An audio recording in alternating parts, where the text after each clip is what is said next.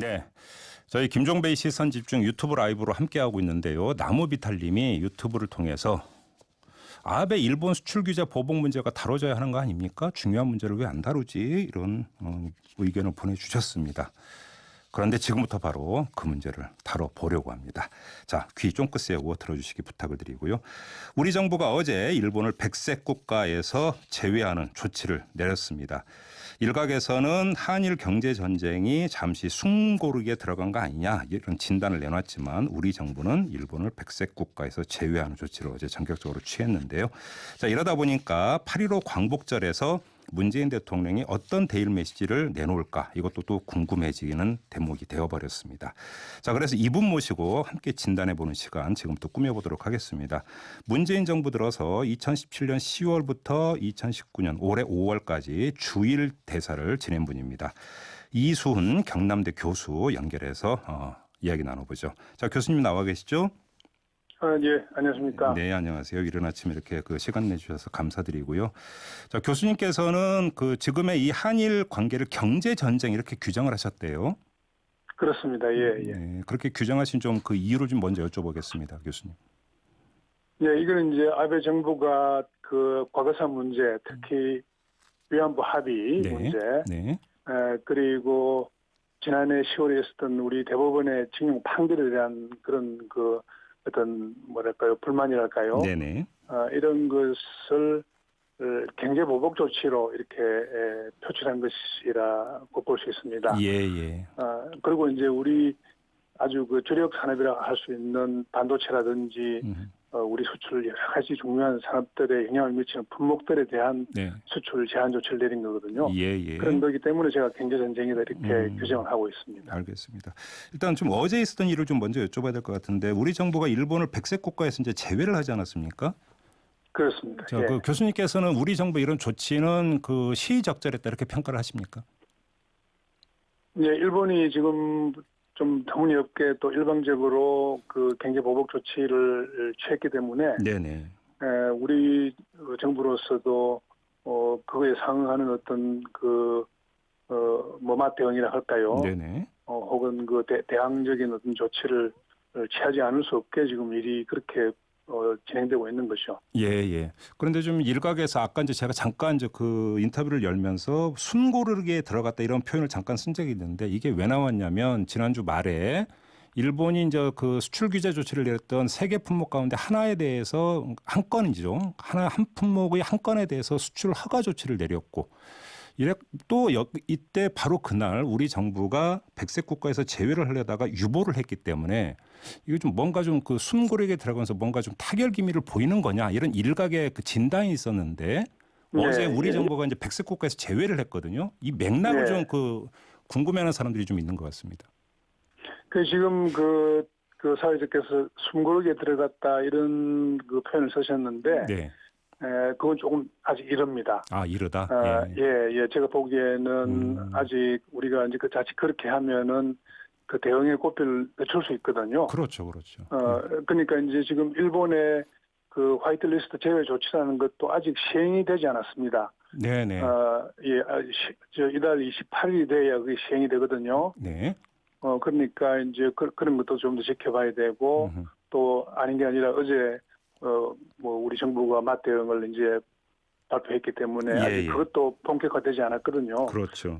그러니까 지금 우리가 이게 벌써 좀 뭐가 좀 풀리는 거 아니냐 이런 것은 조금 이런 판단입니다. 아, 지금 좀 이르다고 기자 판단하시면 그러면 지금 내일 모레 광복절에 문재인 대통령이 이제 경축사를 하시게 될 예정이고요. 자, 여기서는 대일 메시지가 담길 텐데 어떤 내용이 담길 것이라고 전망을 하시는지 좀 궁금합니다, 교수님. 이제 어제 우리가 광복절 경축사에 어떤 내용이 담기는지 하는 것을 좀 짐작할 수 있는 어제 대통령 말씀이 계셨습니다. 예. 수석 보좌관 회의에서 말씀이 좀 계셨는데 좀 냉정하게 대응할 필요가 있다. 감정적이어서는 안 된다. 그렇죠. 또 우리 국민들께서 아주 성숙한 시민의식을 보이는 데 대해서 감사를 드린다. 네. 이런 말씀들을 하셨고 또 특히 평화협력의 세계 공동체 이런 말씀을 하시지 않았습니까? 예, 예. 그렇기 때문에 그런 걸 좀 이렇게 뭐 미루어서 이렇게 제가 뭐 감히 짐작을 해본다면 데일 메시지도 이제 들어갈 텐데 역시 그 우리 대통령께서 시종일관 지금 대일 외교의 원칙이 투트랙입니다. 네. 아시다시피 그 투트랙이라는 것은 과거에 대한 인식을 분명히 함과 더불어서 네. 미래지향적인 이런 협력은 계속 그 발전 또 확대시켜 나가자. 예. 이런 거죠. 아마 그런 내용이 담길 걸로 그렇게 뭐 감히 예견해 네. 보는데 네. 확실한 내용은 알 수가 없습니다. 물론 그렇긴 하겠죠. 근데 아무래도 좀 미래 쪽에 좀 방점이 찍히지 않겠는가 이런 좀 전망이시네요. 네, 저는 물론 이제 과거를 직시하는 것이 대단히 중요합니다. 네. 이런 것이 좀 부족하기 때문에 이런 사태가 벌어졌거든요. 예, 예.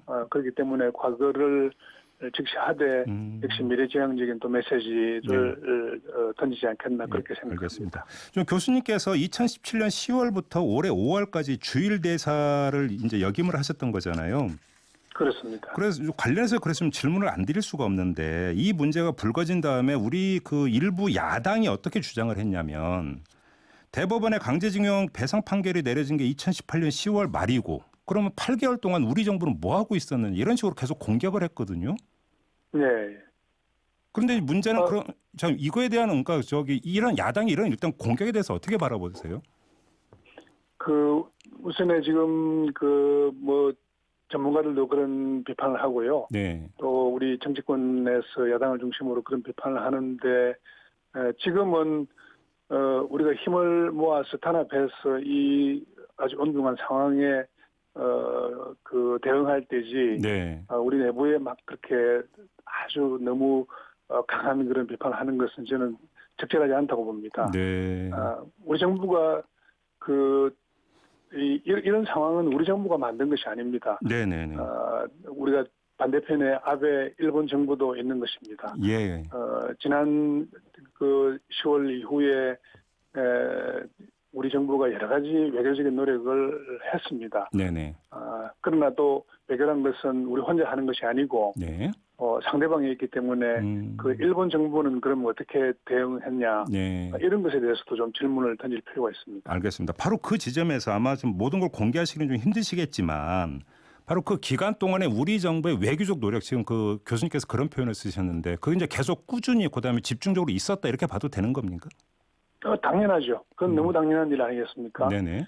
그 엄중한 상황이 발생되고 일본 정부가 이런 요구를 하고 저런 요구를 하는데 우리 정부가 가만히 손 놓고 있었다.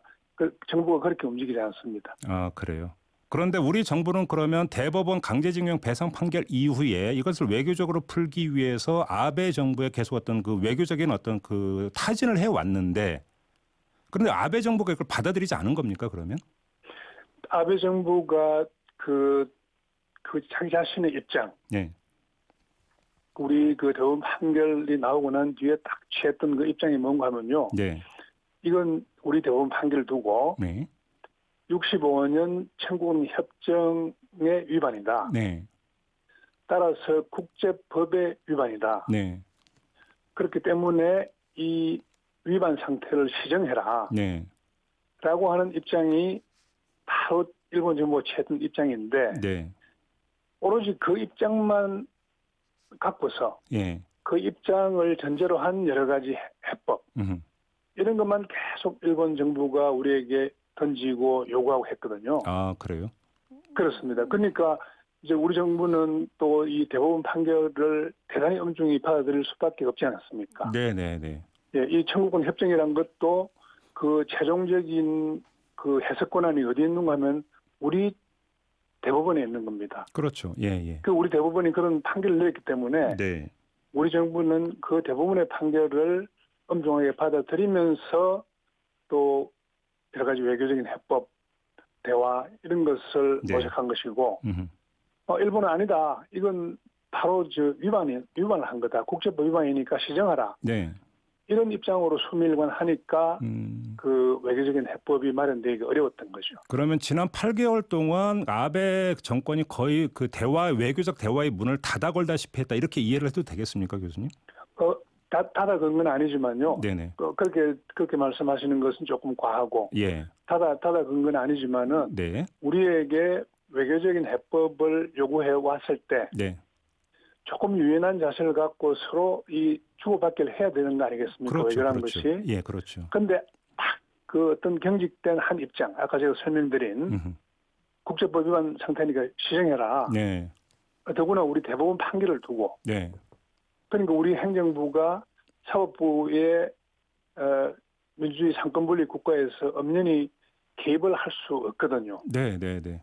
우리 정부는 그런 이제 어려움이 있었던 것이고, 그런데 그것을 전혀 이해하려고 하는 그런 태도가 없이 일방적인 입장을 관철시키는 듯한 그런 이제 그 외교를 했기 때문에 예. 지금 이 사태가 이렇게까지 온 겁니다. 그렇게. 예. 그러면 이제 문제는 좀 궁금해지는 게 그런데 왜 하필이면 퇴기를 7월 1일로 했을까? 이게 좀 궁금해졌던 건데 그거는 그 일본에서 열렸던 G20 정상회의 거치고 나서 이렇게 일정을 짰다 이렇게 이해를 해야 될까요?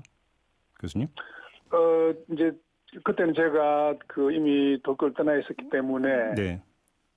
이제 그 상황 전개를 정확히 잘 그 모릅니다. 네. 아마도 제가 그 짐작컨대는 네. 그 오사카 G20 그 계기가 상당히 타이밍이 좀 안 좋았던 것 같습니다. 예, 그 예. 말하자면 그 트럼프 대통령이 DMZ를 방문한다. 또 우리 서울에 와서 장시간 대통령하고 정상회담을 한다. 또 DMZ에서 그 김정은 위원장하고 장시간 만난다. 또 새 지도자가 뭐 아주 그럴싸한 그림을 연출한다. 이런 것이 아주 그 일본 정부를 좀 자극한 것 같습니다. 네, 알겠습니다. 자, 그 우리 그 야권 일각에서는 어떤 해결책을 내놓고 있냐면 2+1 그러니까 한국 기업과 일본 기업 여기에다가 한국 정부까지 그 나서 가지고 3자가 배상을 해주면 어떻겠느냐 이런 해결책을 지금 제시하고 있는데 이건 어떻게 평가하세요, 교수님? 저는 말이죠. 예. 우리 정치권이 이렇게 나서서 이 상황에 대한 해법을 또 혹은 여러 가지 아이디어를 제시하고 하는 것은 바람직하다고 봅니다. 네네네. 근데 이제 이런 안들이 한결같이 안을 들여다보면요, 우리 정부가 뭐 하고 있냐, 네. 우리 정부의 역할을 좀 강조하는 그런 공통점이 있습니다. 네. 근데 이제 또 이건 조금만 더 들어가면요, 네. 정확히 일본 정부가 이렇게 요구하고 있습니다. 그러니까 예, 이런 부분에 대해서 조금 좀 경계할 필요가 있고요. 또 우리 정부가 아무 안도 없이 뭘 지금 상황을 방치하는 듯이 이렇게들 말씀하시는 경우도 있는데 네. 그건 그렇지 않습니다. 우리는 이미 6월 19일에 예. 우리 정부 안을 일본 정부에 제시한 바가 있습니다. 그런데 그것이 이제 그 1+1 아니죠. 예.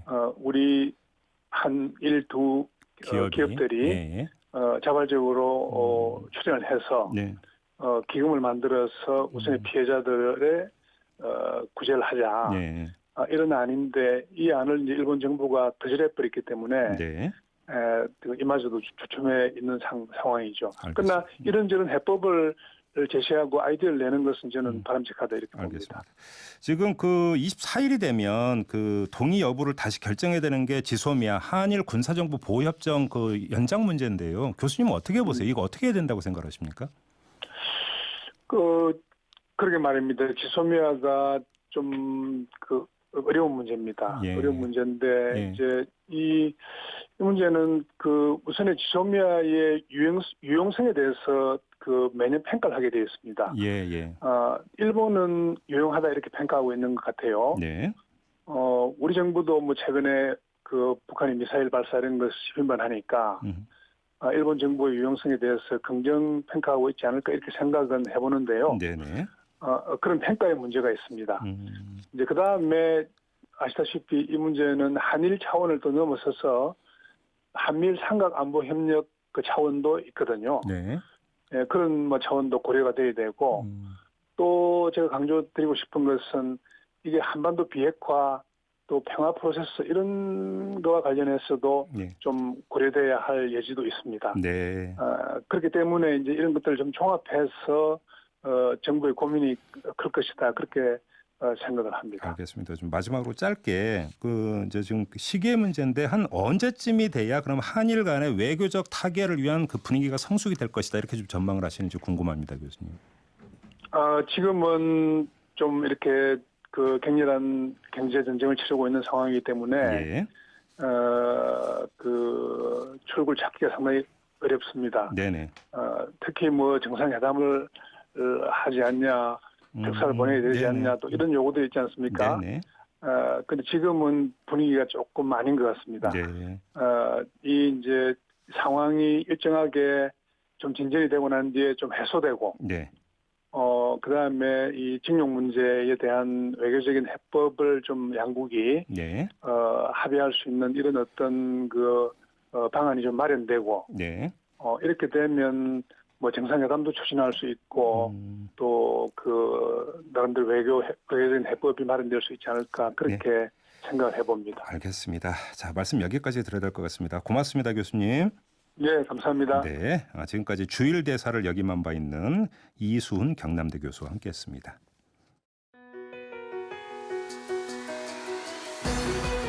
이슈의 핵심을 꿰뚫는 예리한 시선, 믿고 듣는 진품 시사 김종배 시선 집중.